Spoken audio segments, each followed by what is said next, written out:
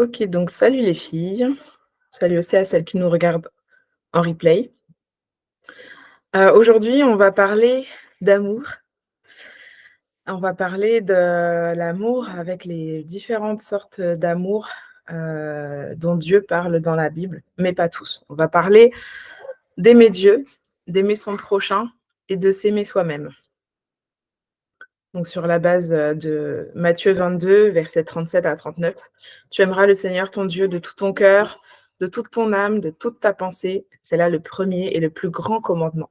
Et voici le second qui lui est semblable: tu aimeras ton prochain comme toi-même. De ces 2 commandements dépendent toute la loi et les prophètes». Dieu tourne autour de l'amour. La Bible tourne autour de l'amour malgré, les guerres, la violence, le péché qu'on peut lire.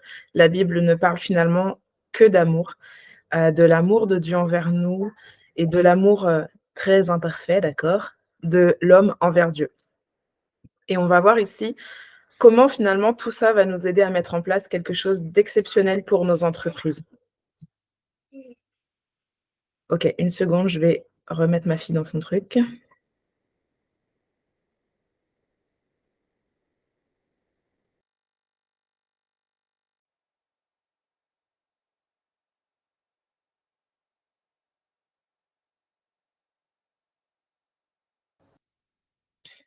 Donc premièrement, aimer Dieu.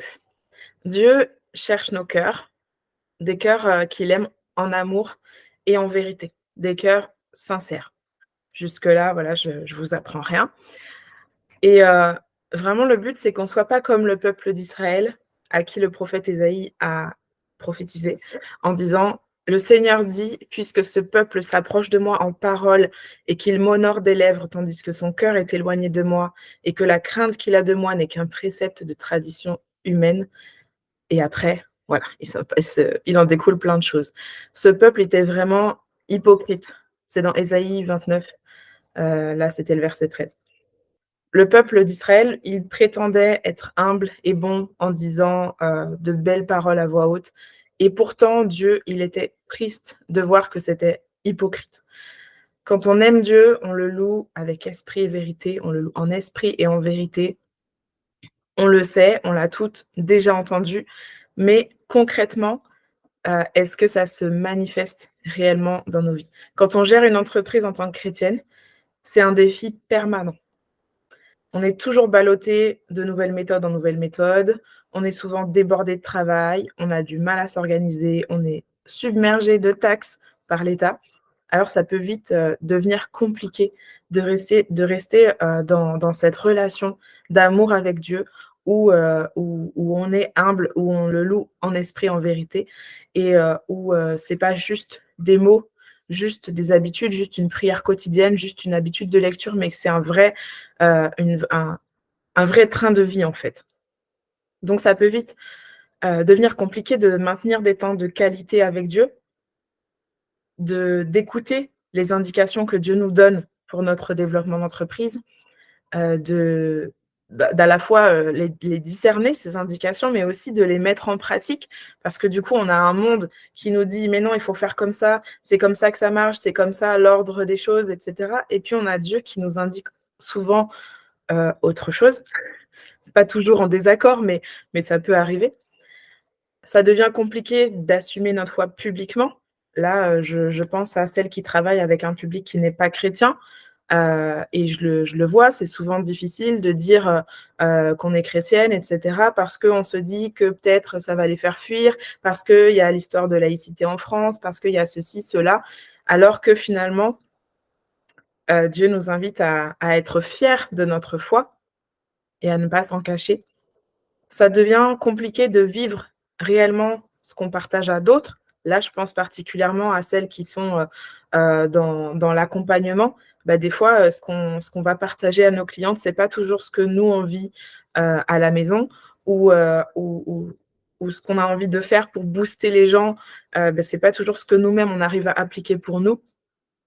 Ça peut aussi devenir compliqué de marcher dans la droiture, parce que, bah, l'État prend tellement de taxes que du coup, on a envie, de faire des choses au black, de faire des petits trucs comme ça. Enfin, voilà. il peut y avoir plein de choses, de pas tout déclarer, voilà, de cacher certaines recettes pour pouvoir continuer à toucher le chômage, voilà, il peut y avoir, tellement de tentations et puis, les gens autour de nous vont tellement facilement nous dire, «Bah, voilà, tu te fais payer en espèces, comme ça tu déclares pas» ou, voilà, on nous encourage en fait finalement à ne pas marcher droit parce que, bah, tout le monde le fait, c'est pas trop grave. Pourtant, aimer Dieu, c'est l'honorer dans absolument tout ce qu'on fait.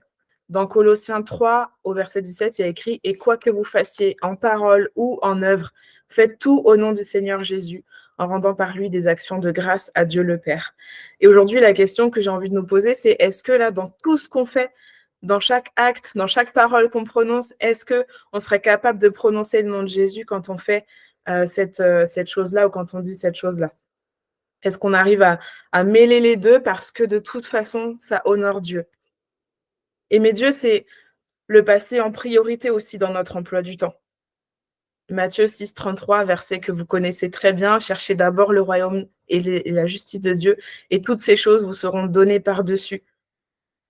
Mais finalement, on a tellement de trucs à faire, puis en tant qu'entrepreneur, on a tellement d'idées et tout ça que des fois, on a à peine les yeux ouverts dans le lit ou même les yeux encore fermés, que notre cerveau, il est déjà en train de réfléchir à des trucs pour notre travail et tout et ça peut devenir compliqué de passer ce temps avec Dieu et alors quand on travaille dans un milieu chrétien, avec des chrétiens, qu'on fait des choses, chrétienne, voilà, là, il y a plusieurs, personnes là parmi nous qui sont, artistes, voilà, qui créent des choses et puis c'est des trucs chrétiens avec des versets ou alors des gens comme moi qui travaillent avec des chrétiens, qui sont dans la prière et cetera. Mais du coup, on a l'impression d'être tellement tout le temps dedans que, bah, j'ai pas pris mon temps avec Dieu ce matin, c'est pas trop grave ou voilà et puis en fait, au bout d'un moment, on se rend compte que, OK, on parle tout le temps de Dieu toute la journée parce que c'est notre travail, mais Dieu n'est devenu que notre travail et là aussi, il faut savoir se remettre en question pour le replacer au bon endroit. Aimer Dieu, c'est aussi le laisser diriger nos entreprises. Arrêter de vouloir tout contrôler. C'est, s'abandonner aveuglément à ses directives bienveillantes. Dieu a toujours des projets qui sont des projets de paix. Il a jamais des directives qui vont nous emmener dans des mauvaises choses, dans des mauvais chemins, qui vont nous amener à détruire ce qu'on est en train de faire. Dieu a toujours des directions à nous apporter qui sont la meilleure solution.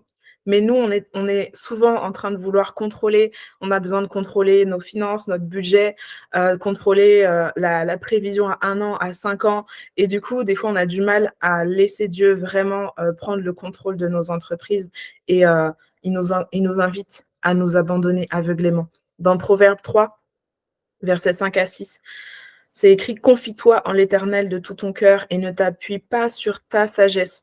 Reconnais-le dans toutes tes voies et il aplanira les sentiers».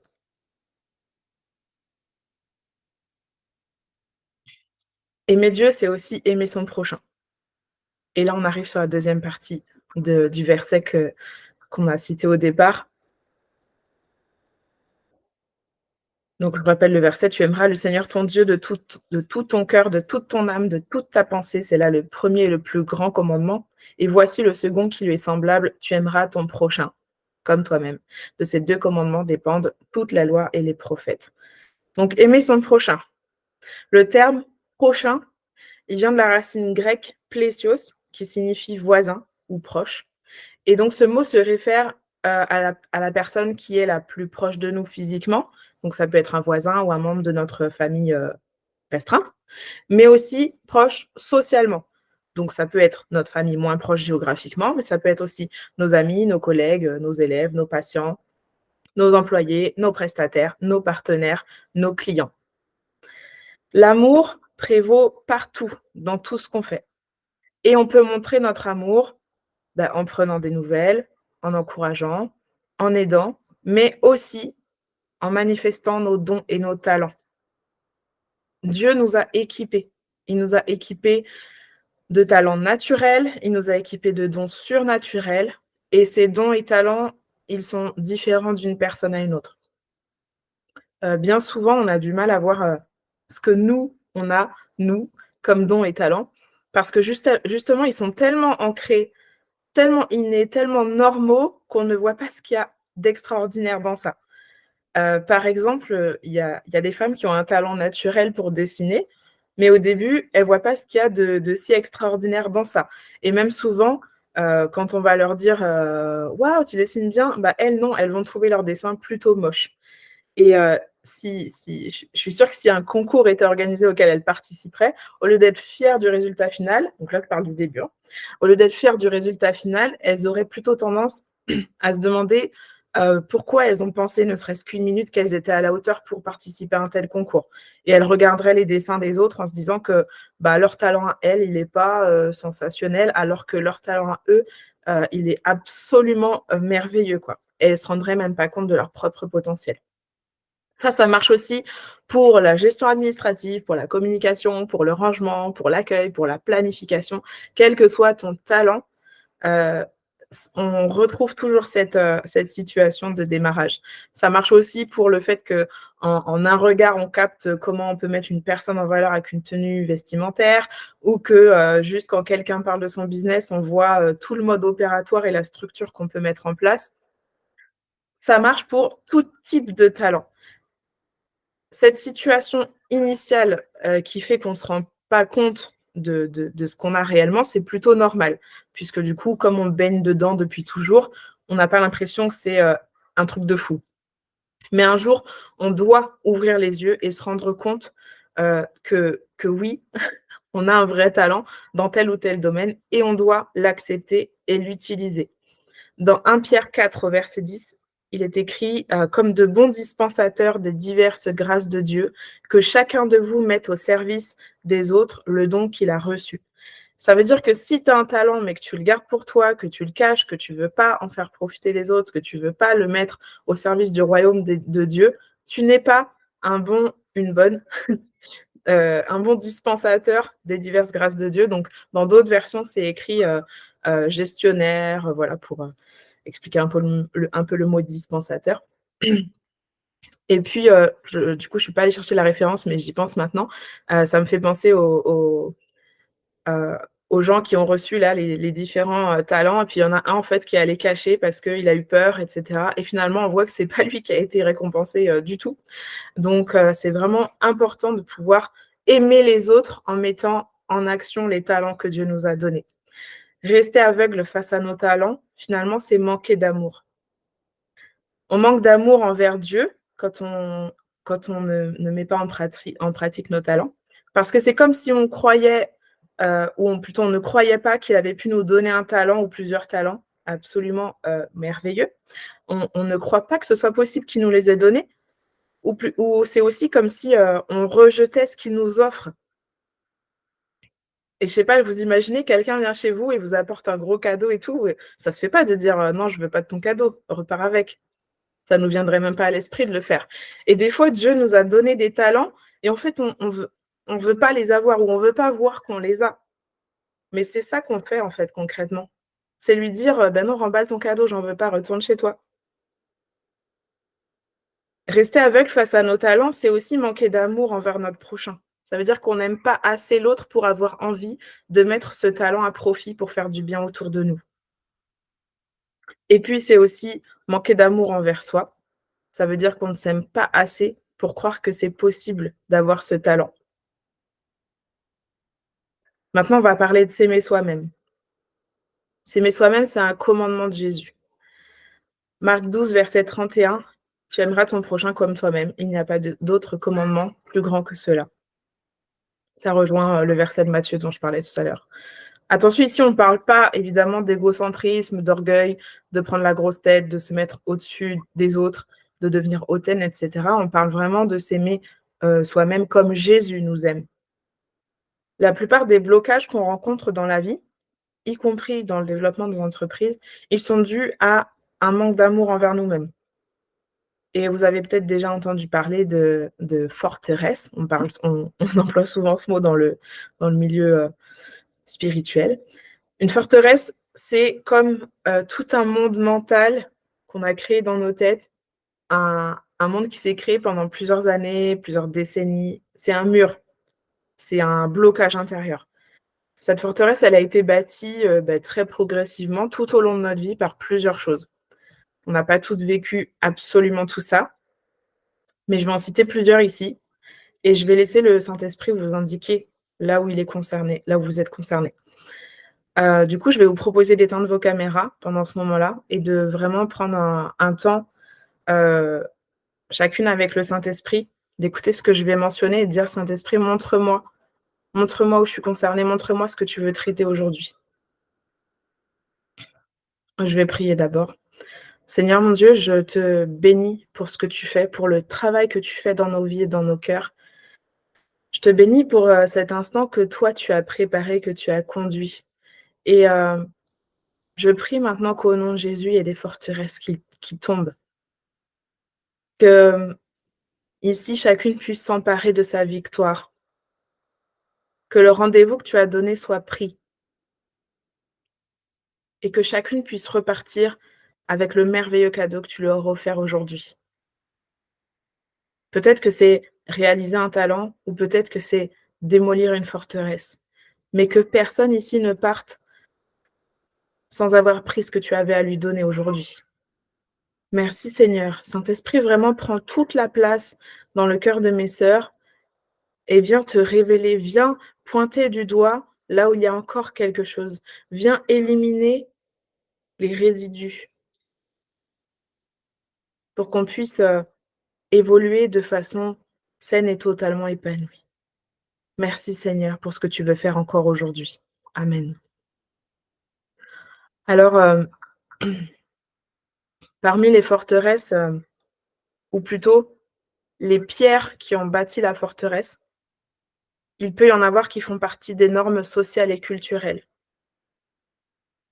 Ça peut être, la façon dont tu as vu la femme être traitée tout au long de ta vie ou de ton enfance. Ça peut être la façon dont on a idéalisé les études supérieures,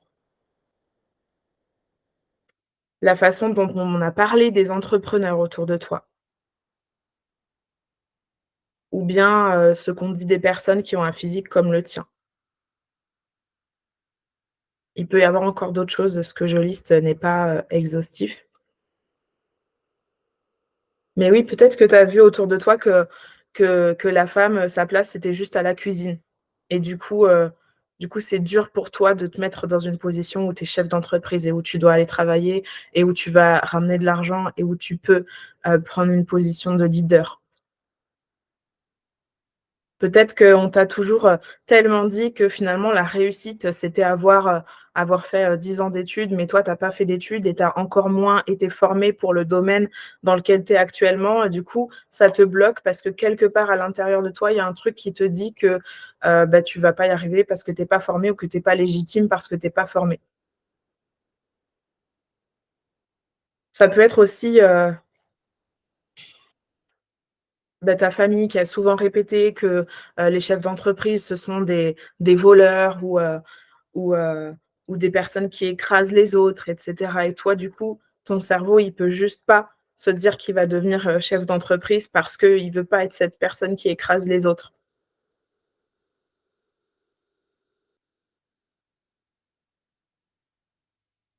Une autre pierre, qui bâtit cette forteresse, pardon, ça peut être la différence.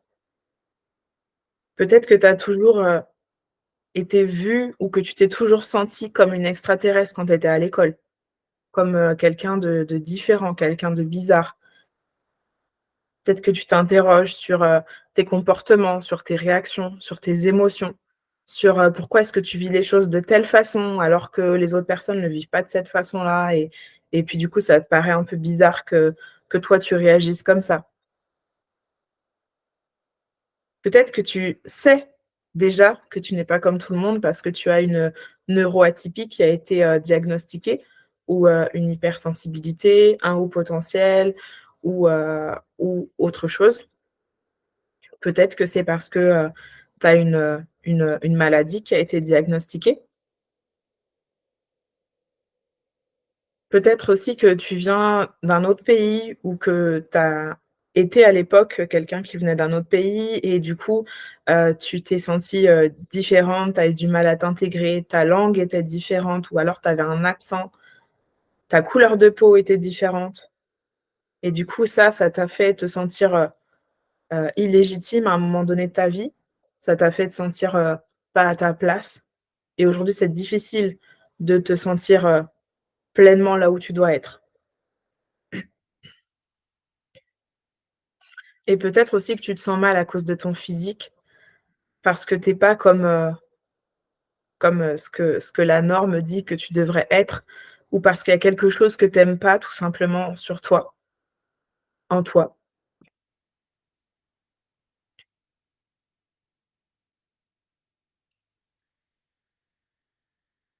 Une troisième pierre qui bâtit cette forteresse, c'est les expériences passées qui sont traumatisantes. Donc dans les traumatismes, il peut y avoir beaucoup de choses, mais j'ai pensé à des abus sexuels ou des abus psychologiques, des choses que tu aurais, vécues, peut-être, oubliées ou oubliées pendant un temps ou essayé d'oublier ou rien de tout ça, mais qui du coup sont là et il y a encore des séquelles. Ça peut être, un abandon. Parfois, c'est un abandon, d'un membre de la famille ou de tes parents ou un abandon d'un conjoint. Ça peut être aussi de la violence physique, verbale ou psychologique que tu as subie ou de la négligence de la part de tes parents quand tu étais petite.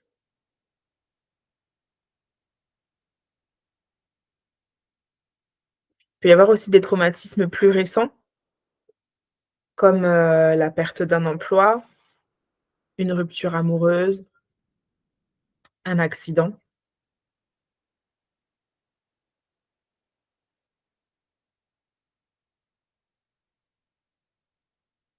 et puis il peut y avoir aussi les relations toxiques, passées ou encore présentes. Donc des relations toxiques, ça peut être avec beaucoup de personnes. Il y a évidemment avec, le conjoint, c'est ce qu'on entend beaucoup, mais il peut y avoir aussi des relations toxiques avec des parents ou un autre membre de la famille. Parfois, c'est avec, sa sœur,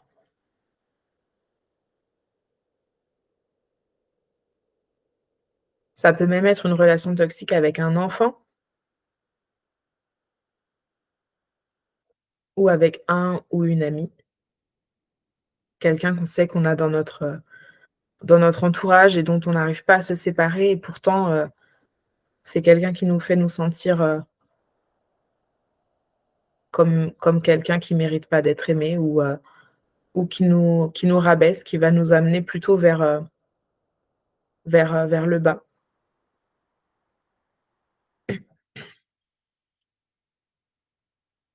Une autre pierre dans la forteresse, ça peut être la dépendance aux drogues ou à l'alcool ou à des médicaments. C'est une dépendance qui peut avoir des conséquences, physiques et mentales graves, évidemment, mais qui peut aussi entraîner, une diminution de l'estime de soi, des sentiments de honte, de culpabilité. Ça peut être une dépendance, à des choses qu'on sait qui n'honorent pas Dieu, à la pornographie, à,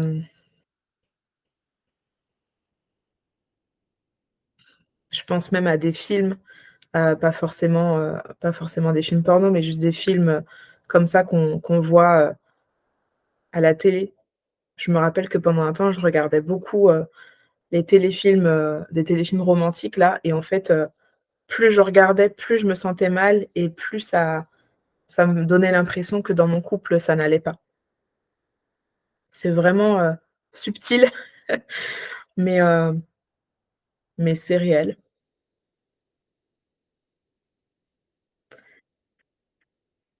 et tout ça, tout ce qui a été, bâti en chacune de nous, bah, finalement, ça va provoquer des comportements qu'on qui nous empêchent d'avancer, en fait, dans nos entreprises. Comme l'impression de ne rien mériter. On ne mérite, pas l'amour de Dieu, on ne mérite pas, heu, qui nous ait confié cette mission. On ne mérite pas, de pouvoir vivre toutes ces choses extraordinaires. On ne mérite pas qu'un tel nous aime. On ne mérite pas que nos clients nous aiment parce que de toute façon, on n'est même pas convaincu qu'on mérite, d'exercer ce métier ou qu'on est à la hauteur pour exercer ce métier. Ça peut être la critique excessive envers soi-même. On a des normes tellement élevées ou des attentes tellement élevées envers nous-mêmes que du coup, on est super dur envers nous-mêmes. On va se critiquer, avoir l'impression que ce qu'on fait, c'est jamais suffisant. On va avoir des pensées dures envers nous. On va vouloir en faire toujours plus ou avoir l'impression qu'on travaille jamais assez ou que nos offres ne sont jamais suffisantes et du coup, on va en rajouter, en rajouter, en rajouter. Ou on va passer, 10 heures à faire un post Instagram parce que c'est jamais assez. On voit souvent ce qu'on n'arrive pas à faire, nos défauts, les choses qui nous bloquent, mais on ne voit pas nos qualités et nos forces.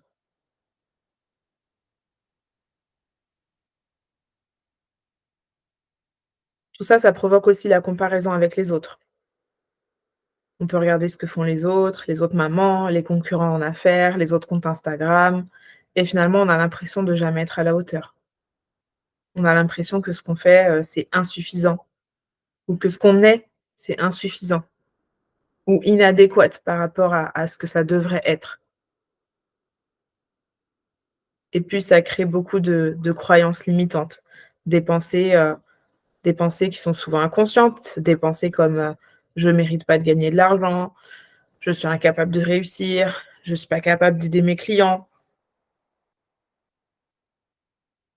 Alors parfois c'est très clair, on sait qu'on le pense réellement et puis parfois on se rend pas réellement compte qu'on pense tout ça et c'est finalement le en creusant en creusant loin qu'on se rend compte qu'on pense tout ça. Ce sont des croyances qui évidemment nous empêchent de bâtir, une entreprise, qui soit pérenne et qui soit croissante.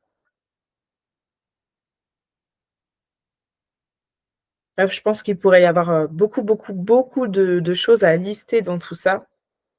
Mais si tu t'es reconnu dans une de ces situations, ne culpabilise pas. Je ne te juge pas, Dieu ne te juge pas, personne ici ne se juge et si le Saint-Esprit a mis tout ça sur mon cœur, c'est parce qu'aujourd'hui, il veut te libérer. Dans 2 Corinthiens, chapitre 7, versets 9 à 11. Paul dit: «Je me réjouis à cette heure, non pas de ce que vous avez été attristés, mais de ce que votre tristesse vous a porté à vous repentir. Car vous avez été attristés selon Dieu, afin de ne recevoir de notre part aucun dommage. En effet, la tristesse selon Dieu produit une repentance à salut, dont on ne se repent jamais, tandis que la tristesse du monde produit la mort». Donc tout ce qu'on a vu ici, ça a vraiment comme objectif, non pas de vous écraser en mode, «Ouah, il reste tout ça, il y a encore tout ça et tout», mais vraiment de se dire: «Seigneur, merci d'avoir mis ça en lumière et aujourd'hui je m'en débarrasse. Aujourd'hui je prends ma victoire. Aujourd'hui je me repens d'avoir, ressassé tout ça, d'avoir fait, germer tout ça et je me libère de tout ça». Je parle de repentance, même si tout ça, ça a été, inconscient, même si on n'a jamais, réellement voulu ça. De repentance parce qu'en fait, aujourd'hui, bah, tu choisis de te débarrasser de toutes ces pensées. Tu choisis de dire, «Seigneur, pardon d'avoir laissé la place à toutes ces choses-là. Aujourd'hui, vraiment, je te les donne et je veux plus en garder une seule miette. Je te laisse penser toutes mes plaies, je te laisse guérir mes blessures en profondeur» et j'ai une pensée aussi là pour certaines qui pensaient que c'était déjà réglé. OK, tu as reconnu plusieurs, des situations qu'on a partagées là, mais pour toi, c'était déjà réglé, tu avais déjà pardonné, tu pensais que tu étais déjà guéri et là, en fait, en écoutant tout ça, tu ressens de la colère, parce que ça remonte encore à la surface et parce que tu as l'impression que tu en es jamais débarrassé et tu en as marre. Mais c'est normal, en fait. Ta situation actuelle, en fait, dans là où tu en es aujourd'hui dans ta vie, ça vient mettre en lumière certains restes. Un peu comme si, tu essaies de faire une randonnée, mais dans ta chaussure, il y a des cailloux et OK, tu as enlevé le plus gros caillou de ta chaussure, ça c'est bon, c'est fait, c'est réglé. Tu as continué à avancer, sauf que dans ta chaussure, il reste encore des tout petits cailloux. Des tout petits cailloux qui t'ont pas empêché de continuer à avancer sur cette montagne, mais des petits cailloux qui t'irritent, qui viennent te blesser le pied et qui, en fait, t'empêchent de gravir la montagne et surtout d'atteindre le sommet. Et aujourd'hui, ce qu'on vient enlever là, c'est les petits cailloux pour que ta chaussure, elle soit, de nouveau, douce pour ton pied. Ne te rajoute pas de culpabilité. Le diable nous fait culpabiliser, mais Dieu ne nous fait pas culpabiliser. Le monde, nous rejette, les êtres humains sont blessants, notre nature charnelle peut même nous faire du mal à nous-mêmes. Mais Dieu, lui, il se préoccupe de nous et il nous aime et il veut pas nous culpabiliser avec tout ça. Il veut nous donner tellement d'amour qu'il veut nous débarrasser de tout ça. Tous les petits cailloux ou les gros cailloux qu'il y a dans nos chaussures, il va les porter, il va les prendre et même j'ai envie de dire, il les a déjà pris, mais aujourd'hui, toi, tu dois lui déposer. Alors aujourd'hui, je veux prier pour toi, pour vous, pour que tout ce qui t'empêchait de t'aimer pleinement et d'aimer pleinement les autres, que tout ça, ça sorte de ta vie. Pour que tu marches pleinement dans l'assurance que tu as la bonne place, que c'est Dieu qui t'a ointe, qui t'a équipé, qui t'a mandaté pour faire ce que tu fais, qui que tu sois et où que tu sois, pour que tu marches la tête haute, pour que tu marches la tête haute comme la reine que Dieu a fait de toi. Alors Père éternel, vraiment, je te bénis. Je te bénis parce que quand tu opères des chirurgies, tu enlèves ce qui a besoin d'être enlevé. Tu le fais en ton temps. Tu le fais dans un mode opératoire parfait. Tu ne fais rien sans raison et tu ne fais pas d'erreur.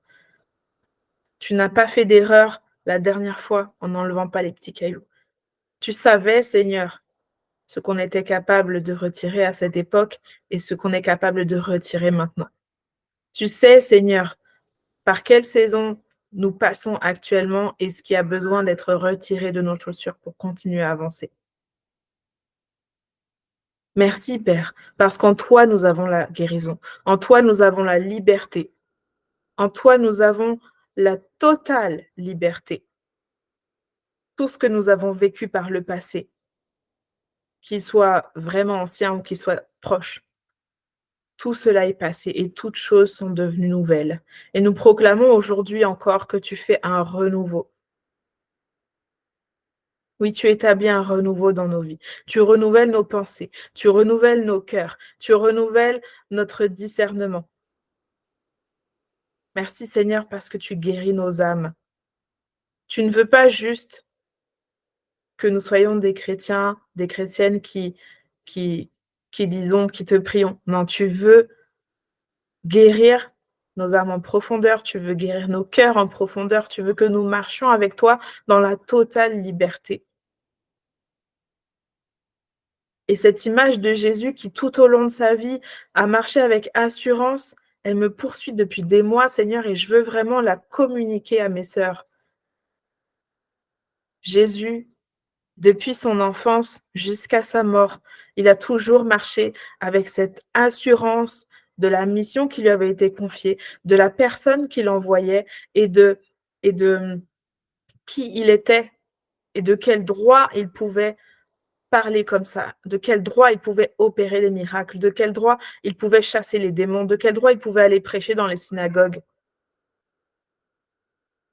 Seigneur, que cette assurance dont tu as équipé Jésus et que Jésus a osé manifester, dont Jésus a osé se saisir, Seigneur, je prie pour que nous nous en saisissions aujourd'hui, parce que je sais que tu nous l'accordes également.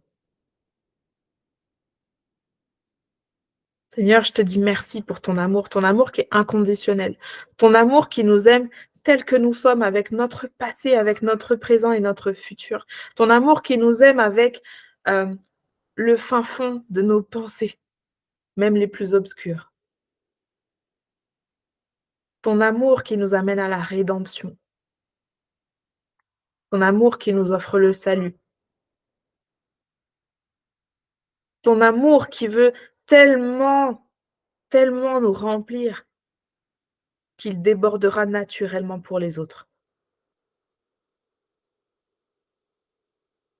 Merci Seigneur, parce que toi, tu ne regardes pas à notre petitesse, tu ne regardes pas au fait que nous sommes imméritantes, au fait que, nous sommes, hem, dépourvues de tel ou tel talent. Toi, tu regardes seulement au fait que tu nous as créées précieuses, tu nous as créées merveilleuses, tu nous as créées uniques.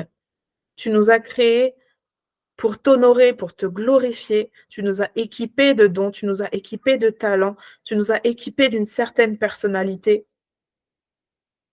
et tout ça, tu veux qu'on le mette en pratique aujourd'hui pour glorifier ton nom.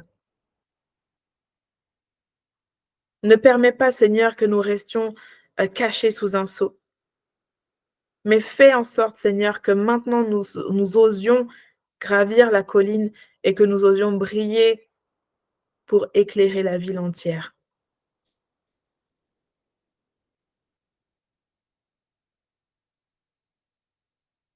Seigneur, là où il y avait la culpabilité, je proclame maintenant la guérison. Là où il y avait un des pensées qui ressassaient encore et encore et encore et encore le fait que c'est pas bon d'être comme ça, je devrais pas faire ça, je mérite pas de faire ça. Maintenant, ces pensées sont transformées, renouvelées par l'action de ton Saint-Esprit.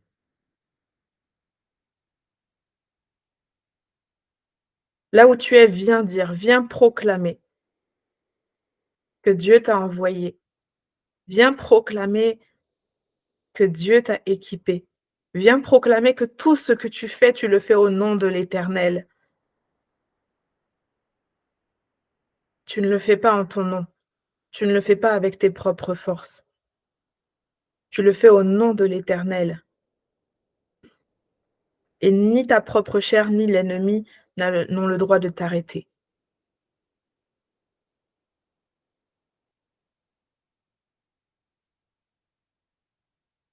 Seigneur, donne-nous la force de rejeter les normes sociales et culturelles qui nous ont, heu, qui nous ont guidés tout au long de nos vies. Tout ce qui nous a façonnés tout au long de nos vies. Donne-nous la force de rejeter tout ça. Donne-nous la force d'imposer nos limites aux personnes qui veulent nous imposer leur façon de voir, leur façon de penser. Donne-nous la force de rejeter les personnes toxiques, celles qui veulent nous brider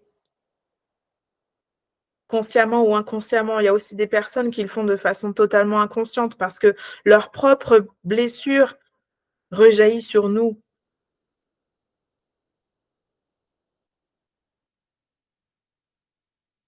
Seigneur, ne permets plus que notre cerveau, que notre âme, que nos oreilles entendent les paroles de ces personnes qui veulent nous faire croire qu'on n'est pas capable, qu'on n'est pas à la bonne place, qu'on n'y arrivera pas, que ça ne marchera pas, qu'on ferait mieux d'aller reprendre, tel ou tel job. Donne-nous la force, Seigneur, d'avancer ferme, de tenir bon jusqu'à la fin, d'aller jusqu'au bout du rêve que toi tu as déposé sur nos cœurs et de le faire de la façon que tu nous indiques, Seigneur, quel que soit ce que la société dira, quel que soit ce que le monde dira autour.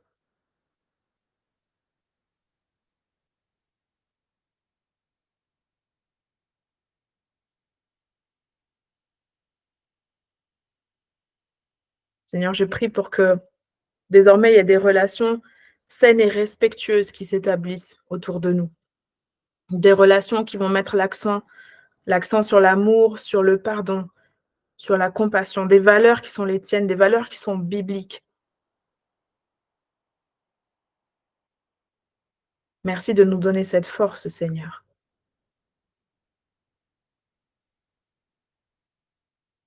Ta parole dit aussi dans Éphésiens 5 au verset 29, jamais personne n'a haï sa propre chair, mais il la nourrit et en prend soin. Aide-nous, Seigneur, à nous aimer de cette façon. Parce que, alors que ça paraissait évident à l'époque, aujourd'hui c'est devenu, mal aux yeux des gens de s'aimer. C'est devenu comme un truc bizarre de s'aimer, de prendre soin de nous. C'est devenu le dernier truc qu'on fait si vraiment on est quelqu'un de bien. Mais non, toi tu nous invites à nous placer en priorité, à prendre soin de notre âme, de notre corps et de notre esprit en priorité sur, tout ce qui vient après, sur le travail, sur les relations avec les autres, sur les services rendus.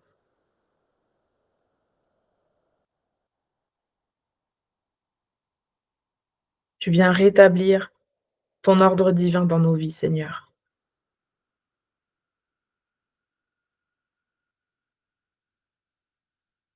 Merci Père éternel. Merci Seigneur. Amen. L'amour envers soi-même peut briser des forteresses. C'est pas mal de s'aimer. C'est l'amour que tu vas te porter qui va venir briser ces forteresses.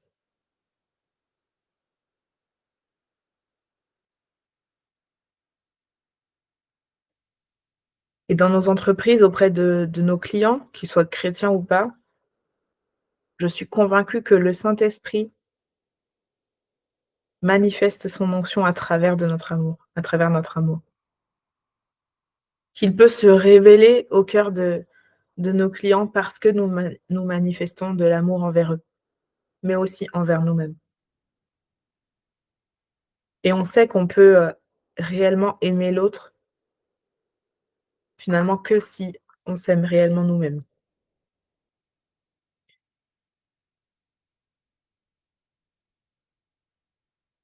La puissance de tous ces dons et ces talents que Dieu nous donne, elle réside dans l'amour. On peut prophétiser, on peut témoigner, on peut enseigner tout ce qu'on veut. Si on n'a pas l'amour, on n'a rien. Si on veut le faire, il faut le faire dans l'amour. L'amour, c'est le moteur de tout. Donc toutes tes offres, tous tes produits, tous tes services, tout ce que tu vas proposer à tes clients, doivent être drivés par l'amour. Mais pas que, par, l'amour pour eux, hein, mais aussi par l'amour que tu as pour Dieu, pour l'honorer comme on a vu au début, par, et par l'amour que tu as pour toi. C'est-à-dire que tu vas développer ton entreprise sans t'oublier, sans, être dans la galère, sans te négliger, sans sacrifier ta famille. Bref, en fait, tout ce que tu souhaites pas pour tes clients, ne te le souhaite pas pour toi. Ne le mets pas en place pour toi. N'essaie plus non plus le nouveau truc à la mode qui va marcher à tous les coups. Essaie plutôt ce que Dieu dépose sur ton cœur et la façon dont tu vas réellement pouvoir aimer tes clients avec tes offres en cette saison. Et pourquoi je dis en cette saison? Parce que, bah, peut-être ça changera dans 1 an, dans 2 ans, mais Dieu nous guide un pas après l'autre. Donc ce que tu dois faire aujourd'hui, il te le dit, et si c'est pas un truc qui sera encore d'actualité dans 5 ans, on s'en fiche parce que de toute façon, Dieu permettra, que le changement, se fasse. Donc voilà ce que je voulais, vous partager aujourd'hui. Si vous souhaitez, vous pouvez, rallumer vos caméras et ouvrir vos micros.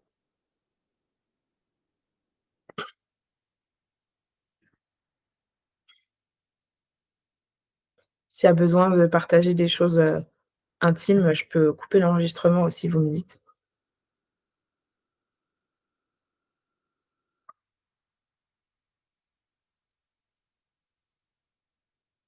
S'il y a quelqu'un qui veut partager quelque chose.